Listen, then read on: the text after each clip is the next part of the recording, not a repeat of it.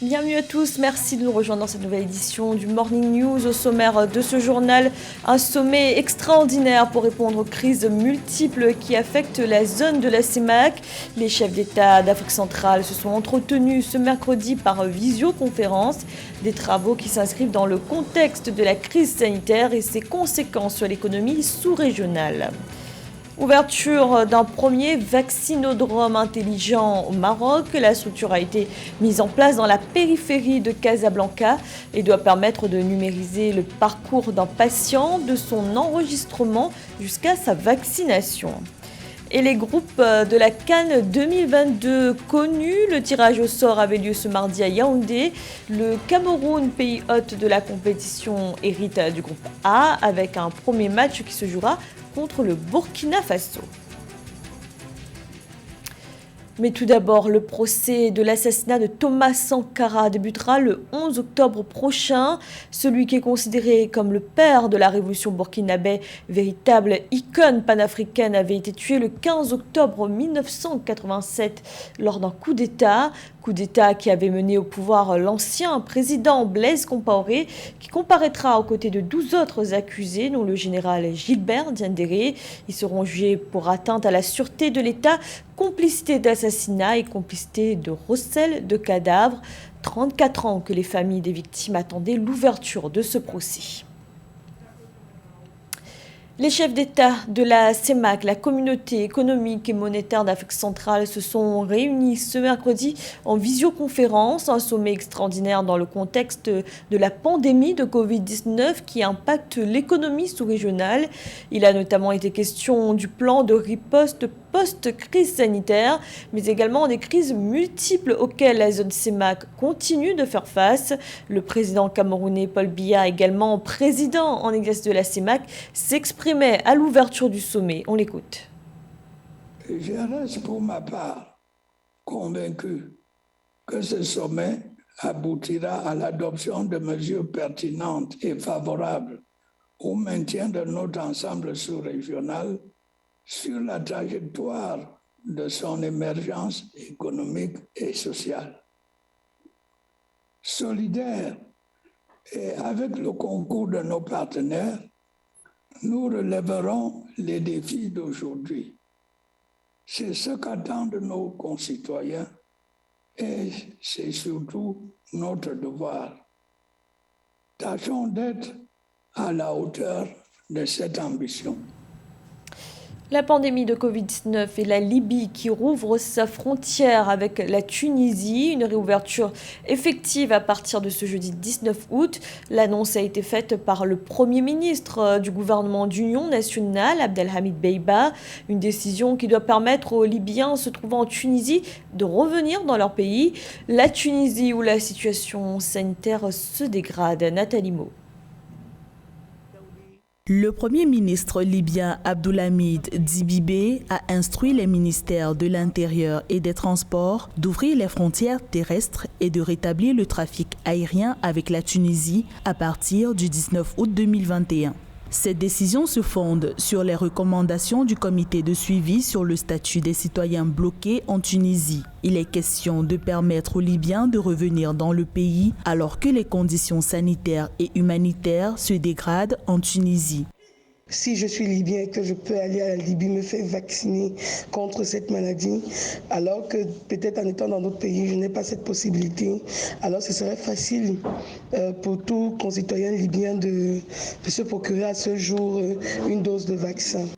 Avec l'effondrement du système de santé consécutif aux crises politiques répétitives dans le pays, la Tunisie est devenue pour les Libyens une destination prisée pour le tourisme médical. Depuis avril 2021, les deux pays sont liés par plusieurs accords de partenariat dans le secteur du tourisme de santé. Depuis le début de la pandémie, la Libye qui compte quelques 7 millions d'habitants et où les infrastructures sanitaires ont été fragilisées par une décennie de conflits, est actuellement, comme tout autre pays, confronté à cette maladie qui est la Covid-19. Sachant actuellement que toute personne peut contracter la maladie, le virus, et il serait donc judiciable pour la Libye de penser à sa population. La Libye avait fermé ses frontières avec la Tunisie le 8 juillet 2021 suite à la hausse des cas de Covid-19 dans ce pays voisin. Le gouvernement libyen a récemment lancé une campagne de vaccination contre le Covid-19 visant les ressortissants locaux et étrangers âgés de 18 ans et plus. Le Centre national de contrôle des maladies a déclaré que 413 883 personnes sur une population d'environ 6,5 millions d'habitants ont déjà été vaccinés. Et face à une nouvelle vague de contamination, le Maroc entend accélérer la vaccination. Le Royaume a ainsi mis en place un vaccinodrome intelligent dans la périphérie de Casablanca, un centre connecté qui assure un suivi numérique des patients de leur enregistrement jusqu'à leur vaccination, avec à la clé le fameux QR code. Marie Falantolo. Le Maroc met en service son tout premier vaccinodrome high-tech contre le Covid-19. Ce vaccinodrome intégré mis en service dans la périphérie de Casablanca va permettre de numériser le parcours d'un patient depuis l'enregistrement jusqu'à la vaccination en passant par un dépistage du Covid avec un QR code à scanner à chaque étape. À la ville de Rahma, on a eu une forte demande pour la vaccination, d'où la pertinence du projet.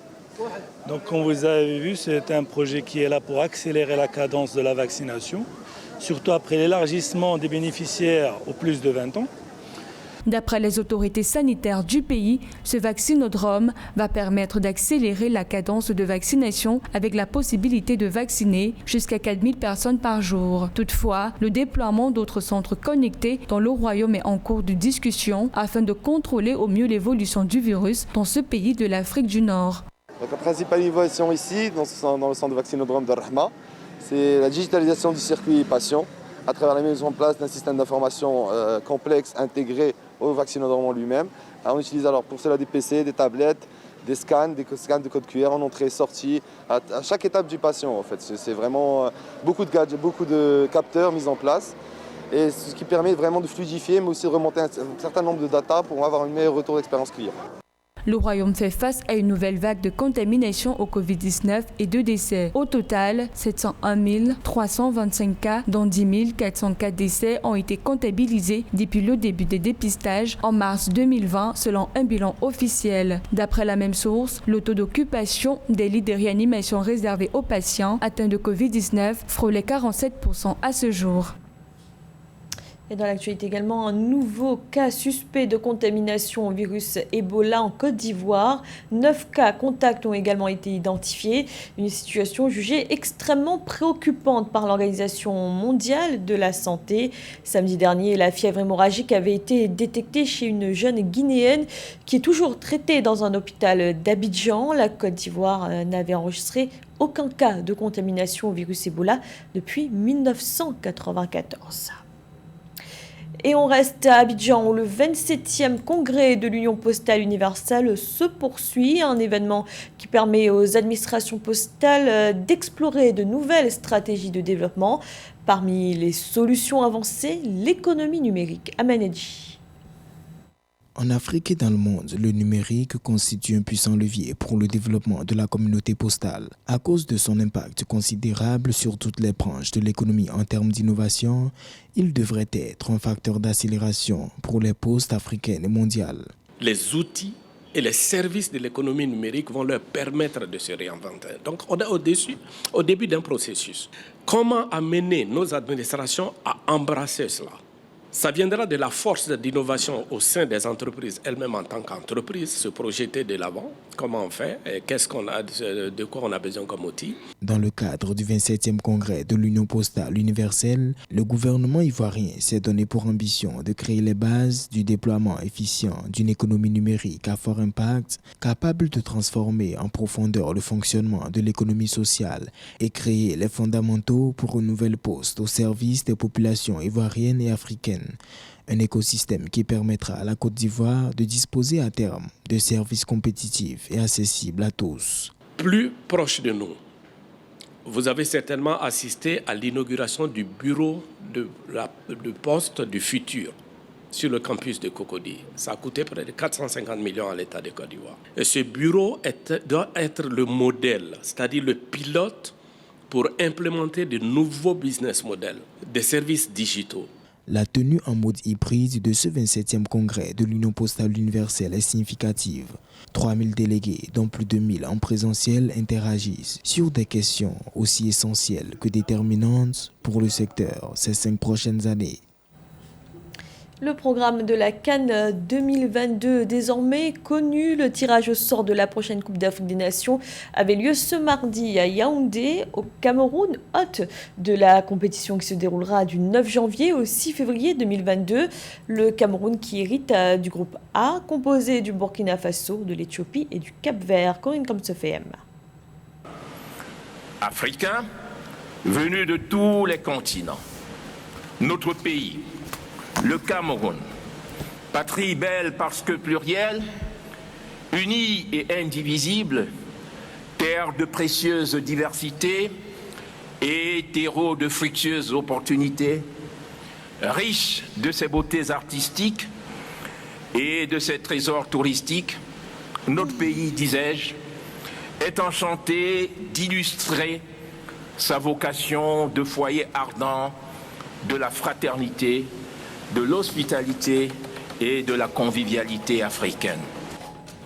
Le Cameroun a donné le ton au Palais des Congrès de Yaoundé lors de la soirée de tirage au sort de la CAN Total Énergie 2021. Cérémonie chatoyante qui a fait découvrir au prestigieux public la richesse culturelle du Cameroun et de l'Afrique en danse et musique. Plus aucun doute n'est permis, la fête sportive de l'Afrique se tiendra bel et bien au Cameroun du 9 janvier au 6 février 2022. Il y a quelques années de cela, on se plaignait, tout le monde se plaignait parce que malheureusement le Cameroun n'organisait pas la CAN à temps. Et puis aujourd'hui, regardez, on a des installations exceptionnelles à la hauteur de ce qu'on peut voir dans les grands championnats et lors des grandes compétitions internationales. Donc on n'a rien à envier à ces nations de football. Et au contraire, on gagnerait vraiment à prendre exemple sur ce qu'a construit le Cameroun aujourd'hui et ce qu'a construit la Côte d'Ivoire et ce que construiront les autres nations de football qui organiseront les CAN. À l'issue des tirages au sort de la 33e CAN, l'Algérie, tenant du titre et logée dans le groupe E, s'en sort avec une équation très jouable. Elle fera face à la Sierra Leone et la Guinée équatoriale. La Côte d'Ivoire apparaît toutefois comme un adversaire de taille. Le Cameroun, pays hôte, 5 fois champion d'Afrique, affrontera dans le groupe A le Burkina Faso, l'Éthiopie et le Cap-Vert. Je dirais que nous sommes dans une belle poule. Nous avons, c'est vrai, des bonnes nations de football en face. Et je crois qu'en football, on dit rien n'est facile, mais nous avons l'opportunité de donner le meilleur de nous pour passer au second tour. Lorsqu'on aborde ce genre de compétition, surtout l'équipe qui joue à domicile, c'est vrai, ils auront le 12e joueur, mais c'est aussi une pression parce qu'il faut satisfaire, parce qu'on a peur de mal faire. Autre favori, le Sénégal. C'est avec beaucoup d'assurance que les Lions de la Teranga vont croiser dans le groupe B le Zimbabwe, la Guinée et le Malawi. Pour sa première participation, la Gambie essayera tant bien que mal d'accéder au second tour en affrontant dans le groupe F la Mauritanie, le Mali, mais surtout la Tunisie. Avant le tirage, j'ai mes idées, mes favoris, et c'est presque le tirage de mon rêve. Ce sont des équipes fortes, mais possible, nous sommes compétitifs pour ces pays, et je pense qu'on a une possibilité pour gagner des points, peut-être gagner des matchs contre ces équipes. Le groupe D serait bien celui de la mort, avec 2 super favoris, l'Égypte et le Nigeria, qui pourraient bien s'imposer devant le Soudan et la Guinée-Bissau. Tout comme le Ghana et le Maroc partent favoris dans le groupe C, avec des équipes telles que les Comores et le Gabon. Le match d'ouverture va ainsi opposer le Cameroun au Burkina Faso, et ce sera le 9 janvier 2022 au stade d'Olembe à Yaoundé. C'était le journal de la rédaction. Merci de l'avoir suivi. Retrouvez dans un instant une nouvelle édition de l'information.